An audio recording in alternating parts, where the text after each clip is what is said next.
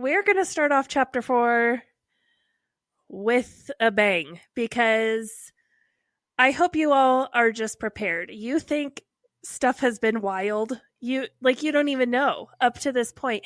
Everything we have talked about has been leading up to the actual crap show. And so we left off chapter 3 kind of setting the stage. Froggy's life has fallen apart. He's been fired. He's not living his best life. He was supposed to be this big leader of this marriage ministry, and that clearly did not go well. So, what is next in the life of Froggy and Melissa? Bum, bum, bum. Faith can feel like hearts and butterflies until someone lights a match and burns it all to the ground. Welcome to the Burning Butterflies podcast. The sad thing is that there's abuse of every kind within the church. But the spiritual abuse is the stuff that just What's a place there shouldn't be abuse? Like, there just shouldn't be abuse in a place that claims to. Well, it ruins your soul. If you're new here, we suggest listening to our prologue episode first. This is the story of two women's journey through toxic church culture and spiritual abuse, all while finding healing in the end. Sometimes it's just the facts, and if you get offended by it, that's a you issue. And if we can't be mature enough to have these conversations, even if some of the topics are difficult, then shame on us.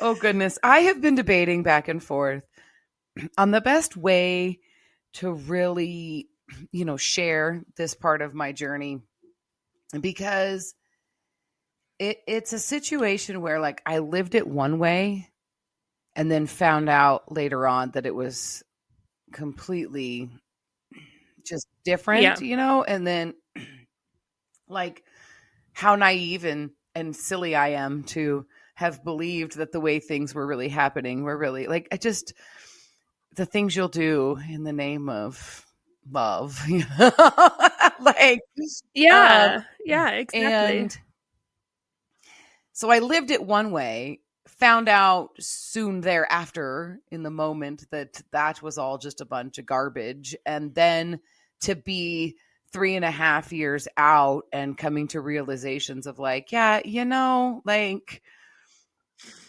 you think, like, we started this podcast in a place of examining ourselves and what led us to go, to stay, to be a part of, and to be willing participators in this culture.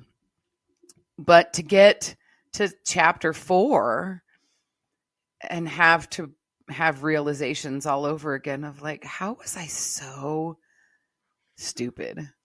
And Yeah. I wouldn't tell anyone, and I'm not trying to go down that road of, like, I wouldn't tell anyone, like, if somebody came to me and told me the things from my perspective, like, that I was going through, and I'm like, I was so stupid, I would tell that other person, I'd be like, you weren't stupid. Like, it's not stupid to stand in the gap for somebody. It's not stupid, to act in a way that is noble and right and loving, and to go above and beyond for a person that you love, that you consider family. Like, that's not stupid. But you feel like it. You feel like, how was I so stupid? But, like, the truth is, you weren't stupid. You were manipulated, and you were taken advantage of, and you were victimized, and you were stolen from, and that sucks. But I would still tell somebody else, and I have to remind myself constantly that you weren't stupid, because ultimately it's not stupid to do the things that I did, even if it was stupid. Yeah. Okay. So We did cover, like you mentioned, we covered that mid-year or beginning of 2016. Within the first few months, Froggy had been fired from his very successful, job that he had been doing for a few years. Like, it was the most successful he had ever been since I'd known him. And everything was good and great. And things were moving right along. And then he went through another job with somebody at the church, and that didn't go very well. That bridge was burned because his life was spiraling. And the marriage ministry, just another blow up of like, he's completely unstable and things are not going well. Oh, and we get to January of 2017. And so I'm going to tell you what happened, like timeline-ish, like just kind of give you the course, and then I'll go back and really give you the because I want you to kind of follow how this was for me. Like, I started teaching at the private school. We're balanced. We're stable. I still don't know how we made money. Like, I really can't figure this out. Like, I think I don't know, like, between Froggy and his random jobs, and then getting a job he found a new job. He had his old friends show up, which I thought was just, yeah, you got some people you used to know. So you're like reaching out, and so all of a sudden there's like this new circle of friends. He has this new job that he got all on his own, completely aside from anybody at church, which is very important to understand. Yeah, it's not a church job, and his daddy didn't get it for him. Didn't get it for him. This is his new circle of friends that are old friends, and he ran into them because this is an important key. So let me go back a little bit. So somewhere at the end of 2016, Froggy has some friends, and he's been trying to get a job again. And he went on like 3 or 4 job interviews, and all of them were connected to people that he knew in his past. A friend of his tried to get him a job at some manufacturing company, and then this other job that's a little closer. He says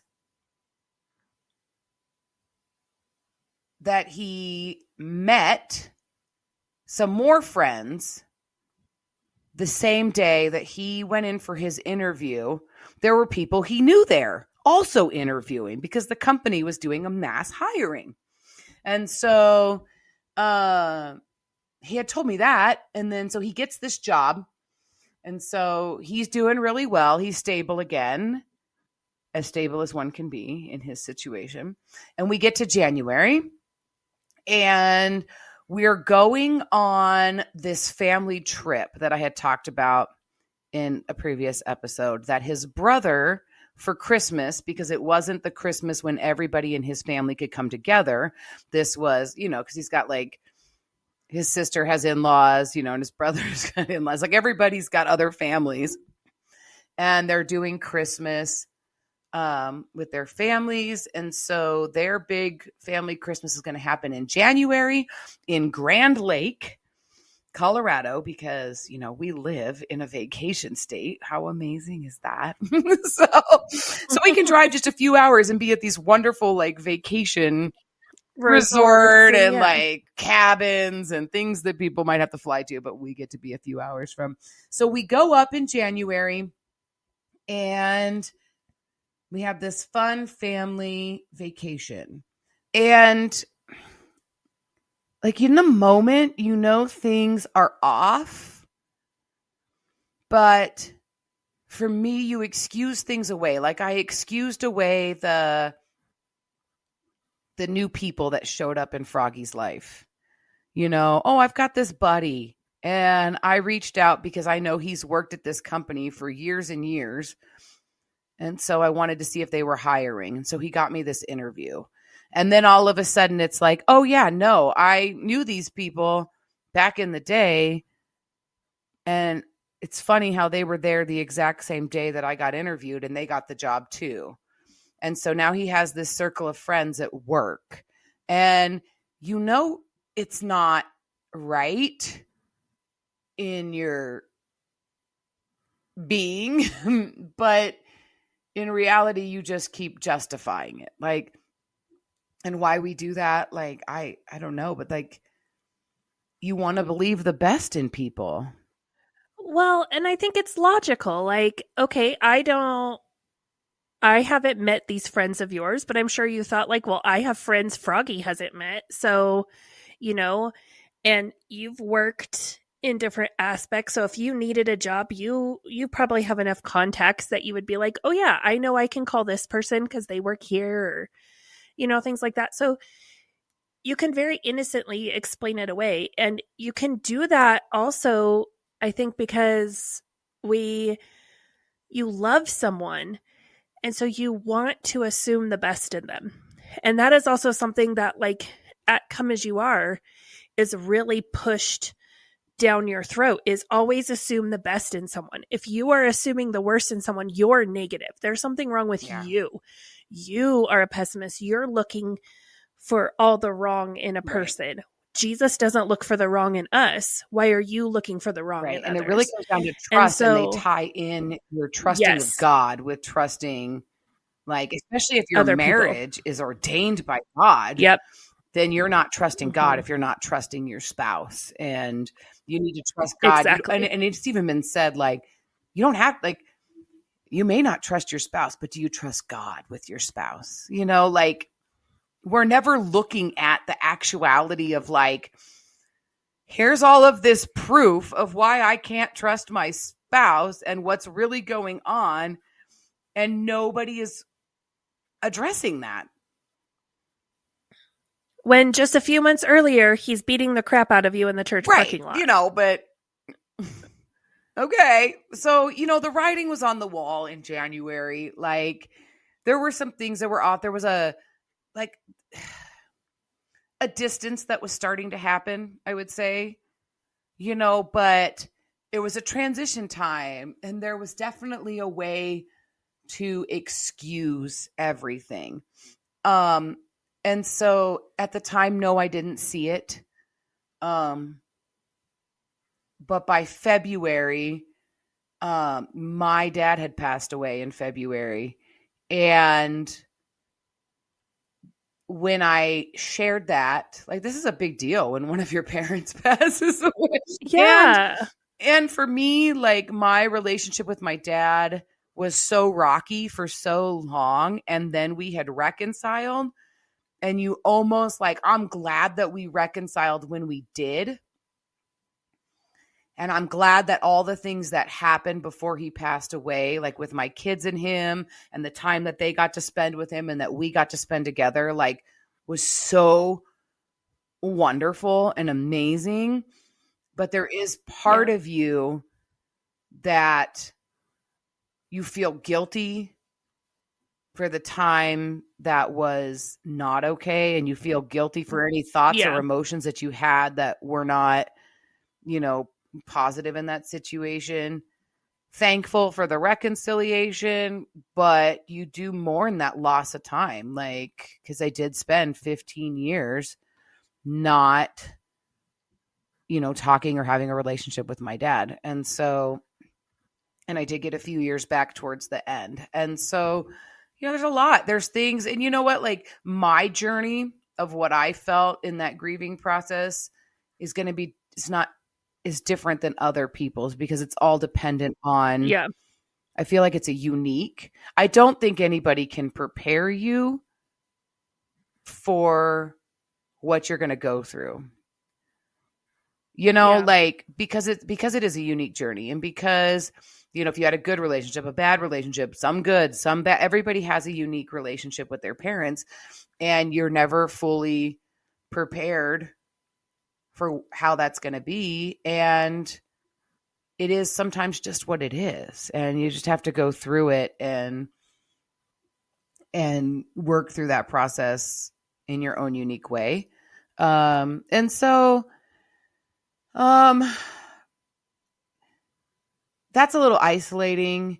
And like I shared, I had to tell my kids, my husband, and I tell everybody, like in my work, and there's plans and things that go on. But that was definitely the moment that I realized how far gone he was. Like there was no response, reaction, support, or anything from him. And we've been married. We're going on like 5 years. We've been married at this point 5 years. And I'm like, and so like my dad passed did away. he say anything? Yeah, no. Like I was just like, oh, my dad passed away. And he's like, oh, that sucks.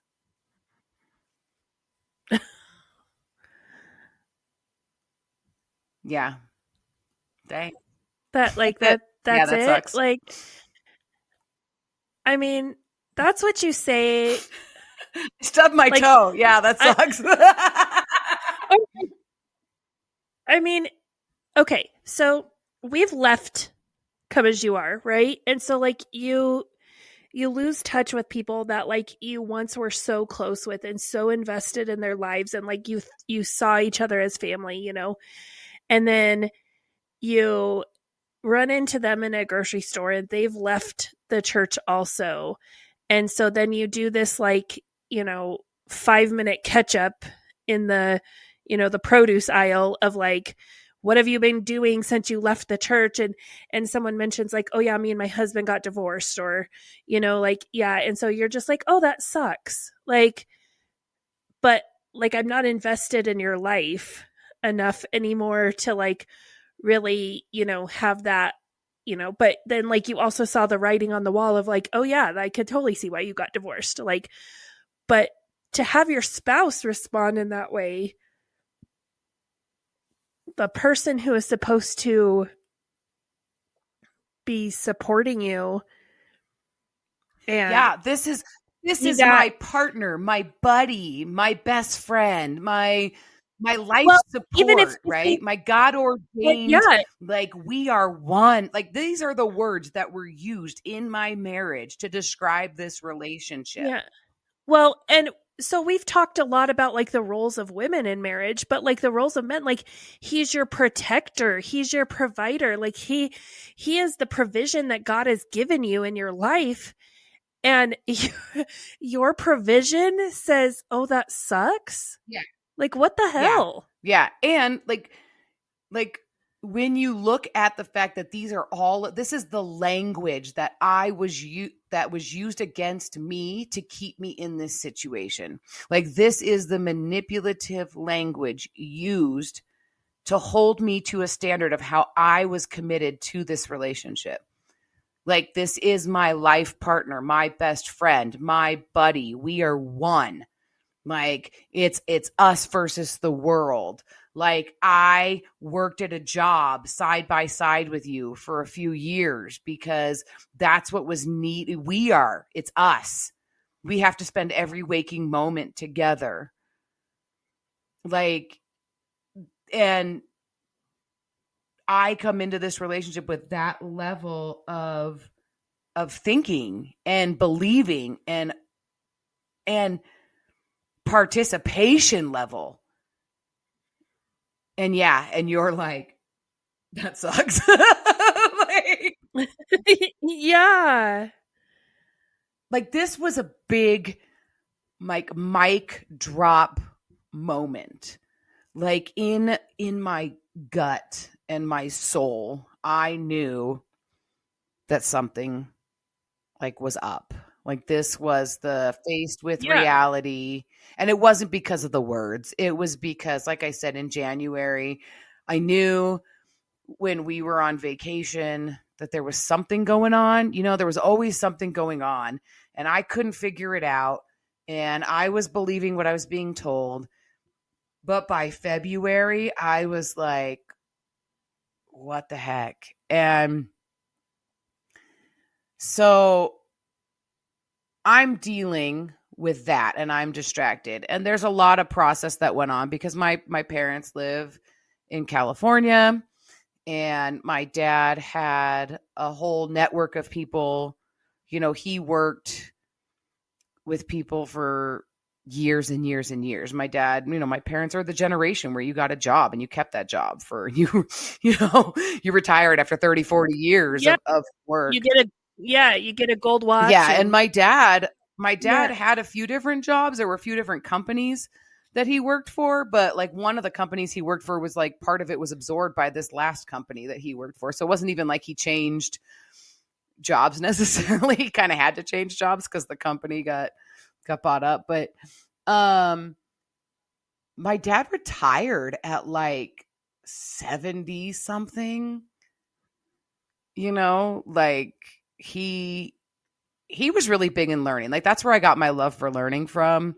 And he always told me that he would study whatever new college grads were learning in his field so that he wouldn't become obsolete.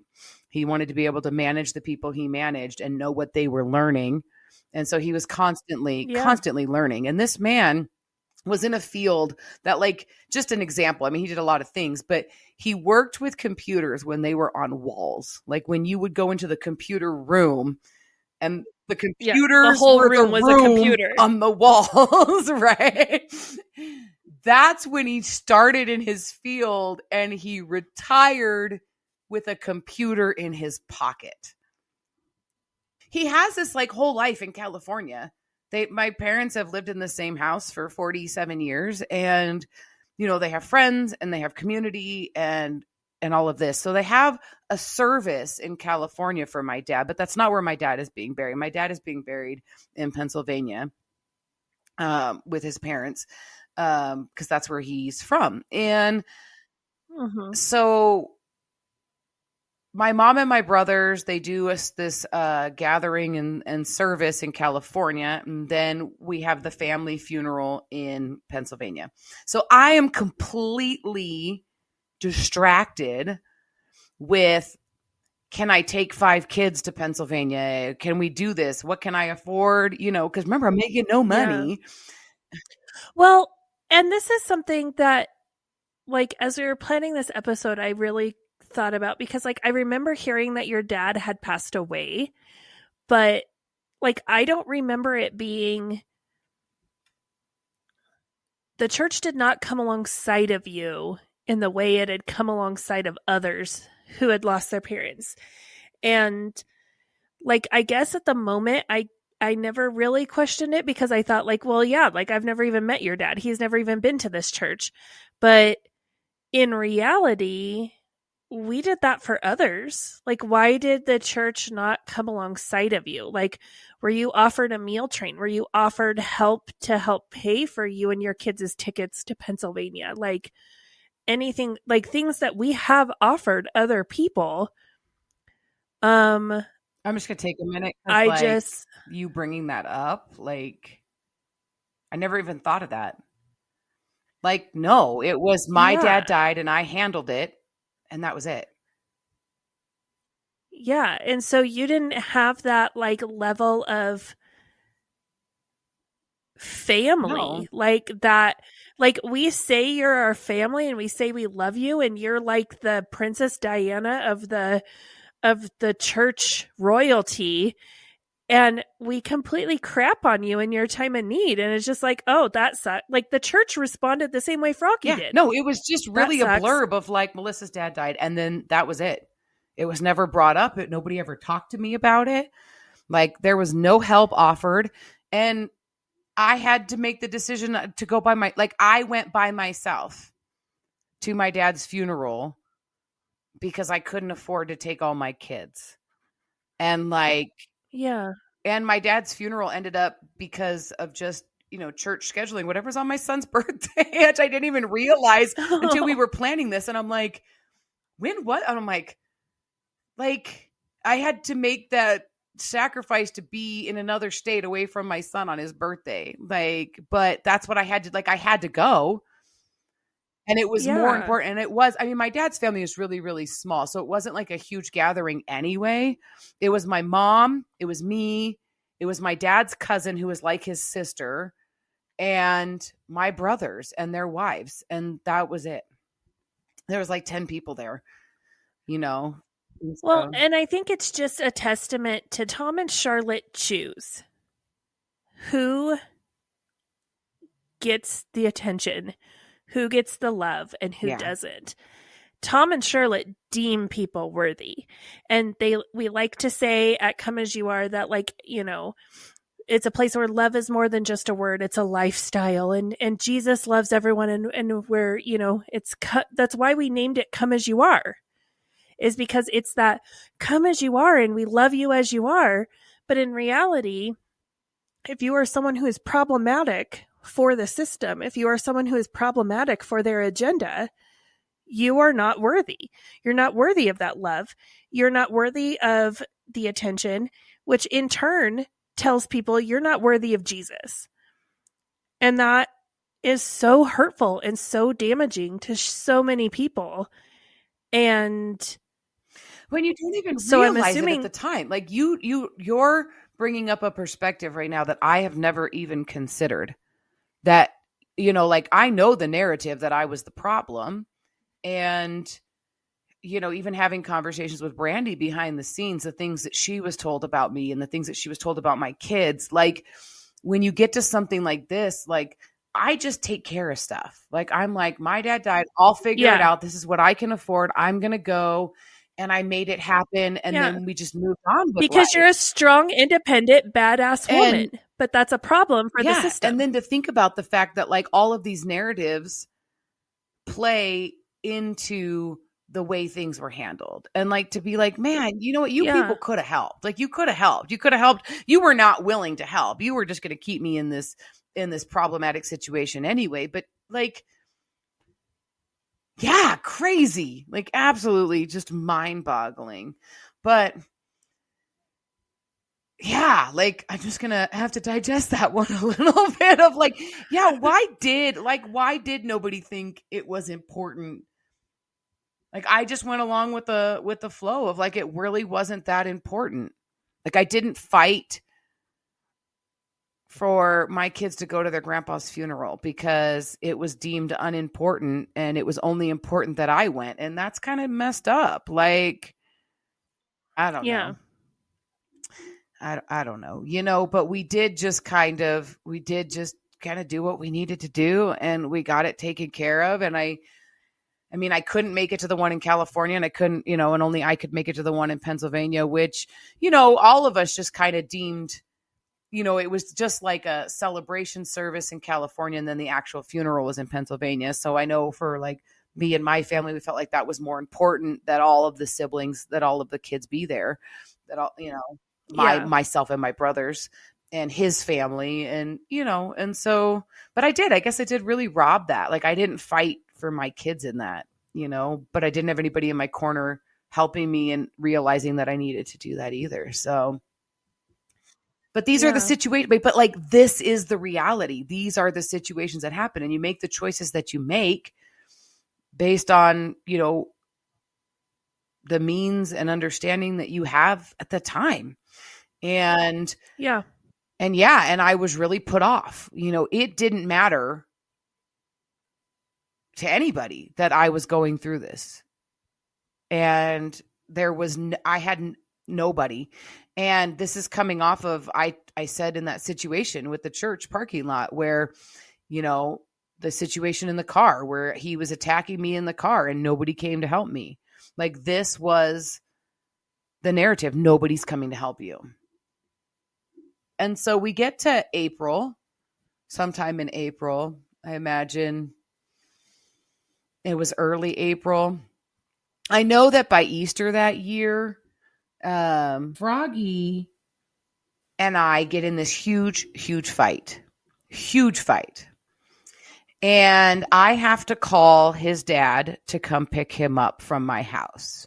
You need to get this violent, crazy man out of my house.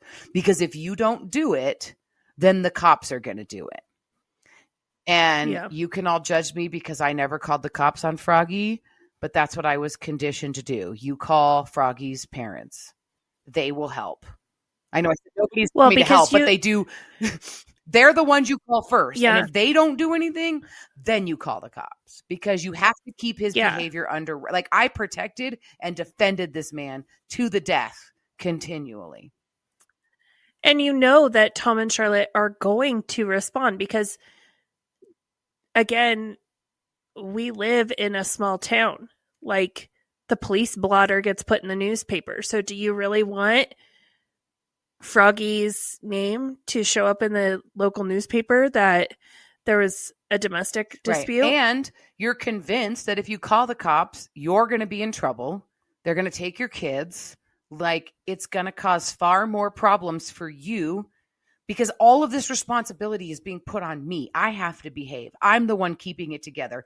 I'm responsible. I'm the responsible party for all of this. And so if I call the cops, they are going to take my kids because I'm not being responsible. And so for them, and so, I mean, like, that would be if I put myself back into that place. That's my motivation for not calling the cops, is that I'm going to be in trouble. And for them, they're willing to feed into that because it keeps them out of the public eye. It keeps their dirty little secret a dirty little secret. And so, and nobody has to know. And so Tom comes and gets Froggy. And I'm done. So we're into April now, April of 2017. I'm done. I'm never speaking to this man again. I'm done. Absolutely 100% done. For 2 weeks. I did not go to church for 2 weeks. I did not talk to anybody for 2 weeks. I didn't contact anybody for 2 weeks. Nobody contacted me. It was a solid 2 weeks of like, I was done and I was leaving and running away and getting that. Like, that was my focus. It was done. Absolutely done. And then I woke up one morning with an epiphany that God himself had woken me up out of a deep sleep. And I literally heard as clear as day within my entire being, you need to go get him.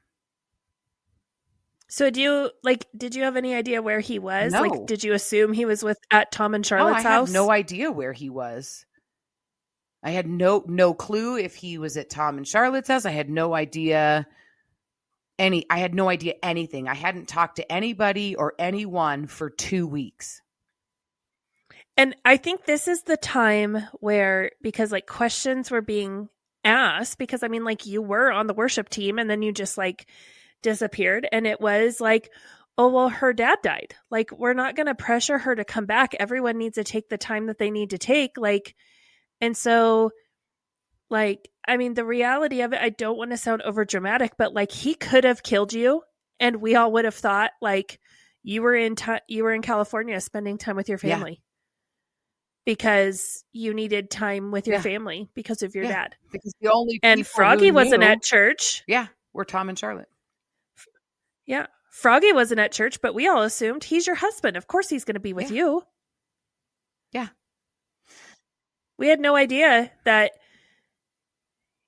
Tom and Charlotte had come and dragged him out of your house. Yeah, and he was doing what he was doing. And so I go on a mission. So we know it was before Easter. And because I know that, like, looking at timelines and stuff, like, I did not celebrate Easter that year with Froggy. Like, there was no record, whatever. So it was like the beginning of April. He gets dragged out of my house. I spend 2 weeks completely not pursuing that. I'm done. And I cannot express enough to you how much I am done. And it's only because the voice of God told me to go get him that I took on this warrior persona. I contacted Tom and Charlotte. I put on prayer walls at radio stations and like Bible apps. Like, I was like, we are summoning all of prayer and heaven's angels. And we are all going after this man. I posted on Facebook. Like, I made this collage of pictures of him and was like, I did all of the like stereotypical things that we do as Christians in this, calling on the prayer warriors. My husband has gone into the depths of hell, into addiction and drugs. And we need to pray that God brings him back and God saves him. Like, I went on a mission. Mother's Day in May, I spoke at the women's retreat because it happened Mother's Day weekend every year.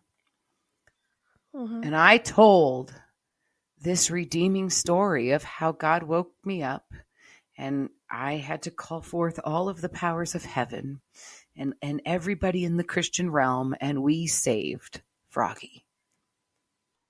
Power of prayer, baby. The power of prayer, the power of God, the power of redemption, the power of reconciliation, the power of the God-ordained marriage. And can I just say that Froggy didn't come back into my home until the end of July.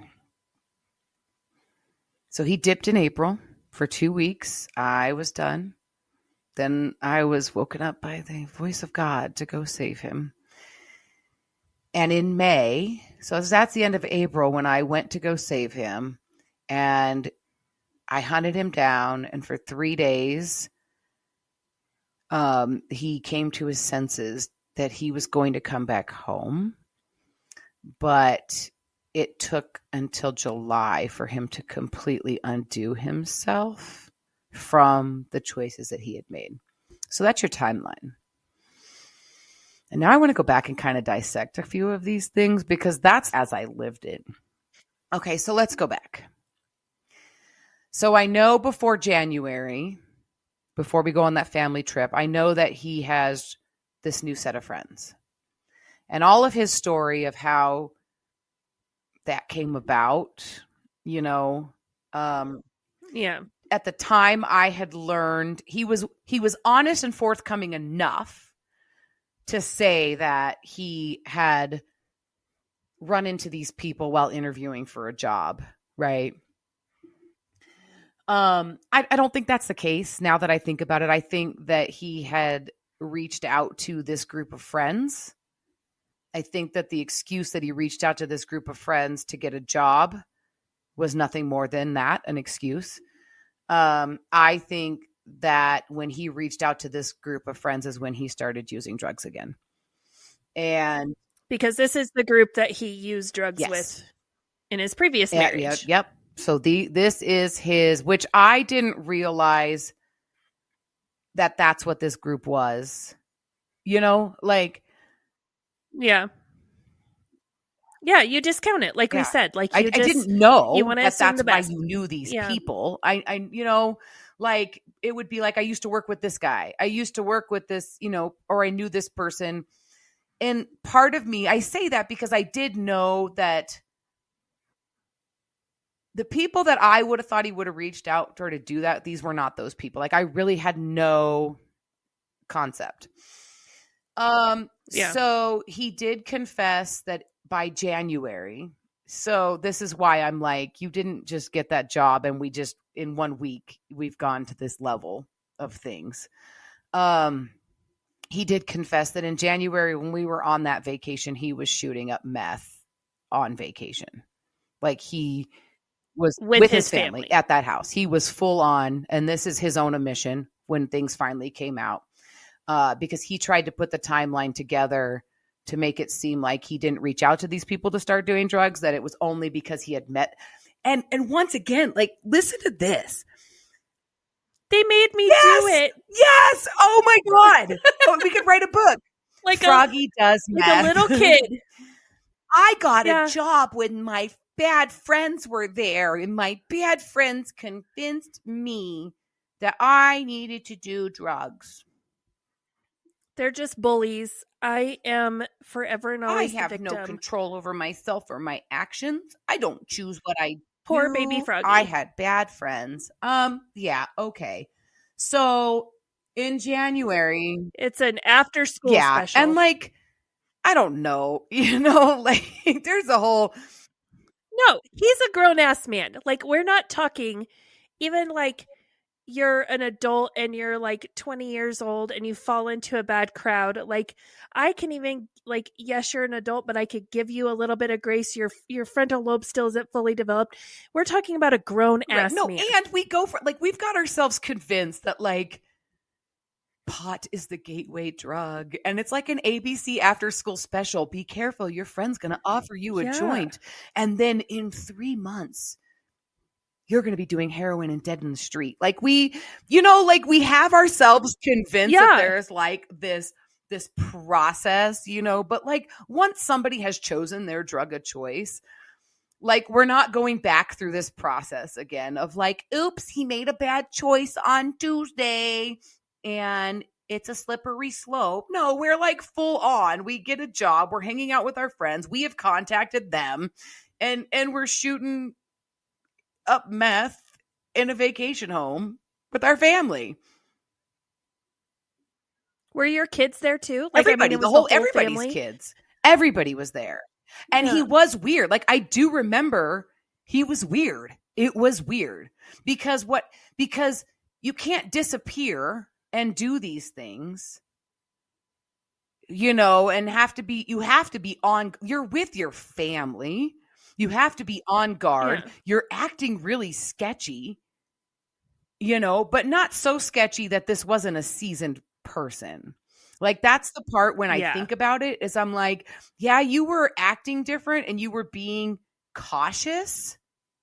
And now that I know what it was, it all made like, it's like when I found that out, I was like, oh yeah, that makes total sense. That makes total sense.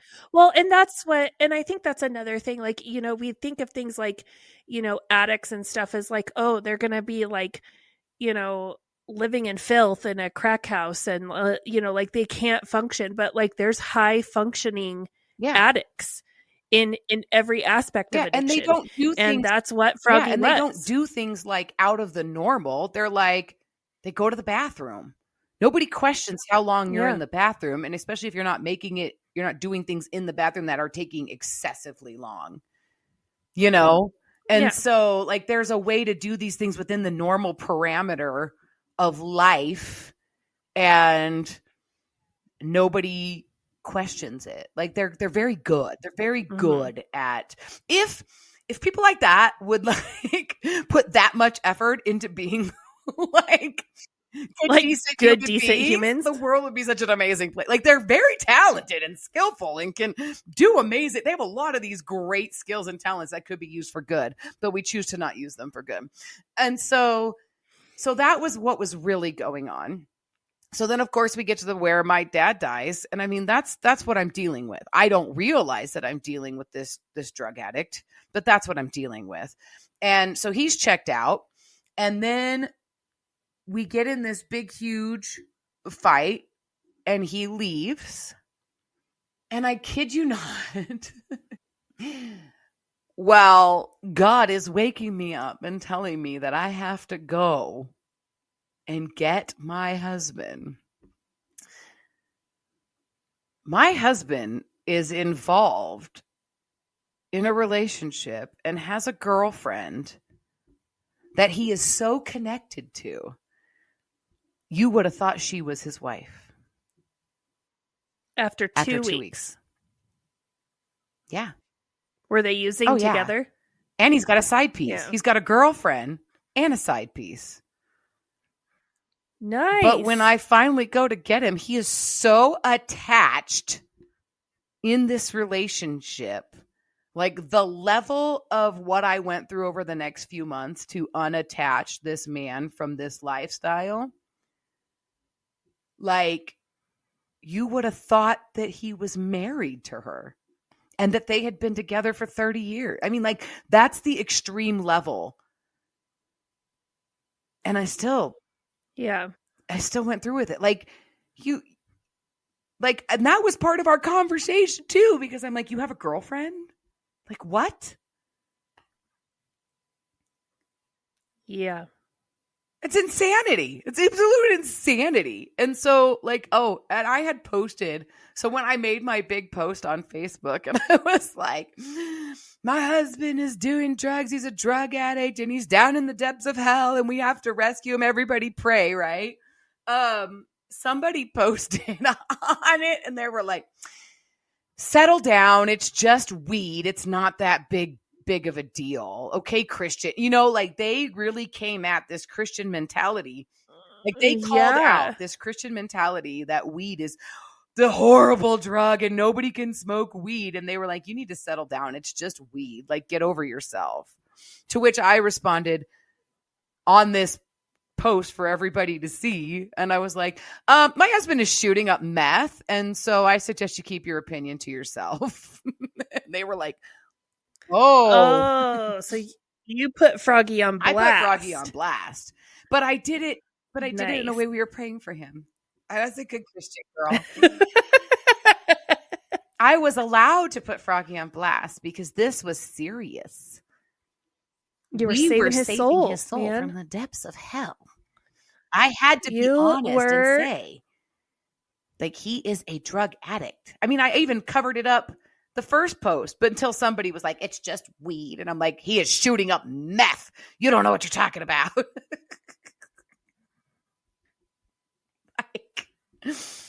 Yeah, I don't even think I said shooting it. I think he said he was just doing meth. I didn't find out.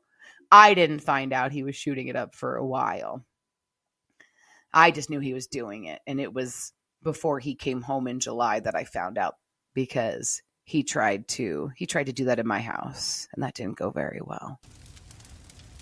Burning Butterflies is a listener-supported podcast. Today's episode was brought to you by our amazing supporters on Patreon. Follow the link in our show notes to learn how you can become a Patreon supporter too. Supporters get exclusive access to bonus content each month, including outtakes, cut content, and supporter-only episodes. If you've enjoyed this episode, please leave us a rating on your listening platform. Burning Butterflies is a production of Asha Media. Thank you for listening.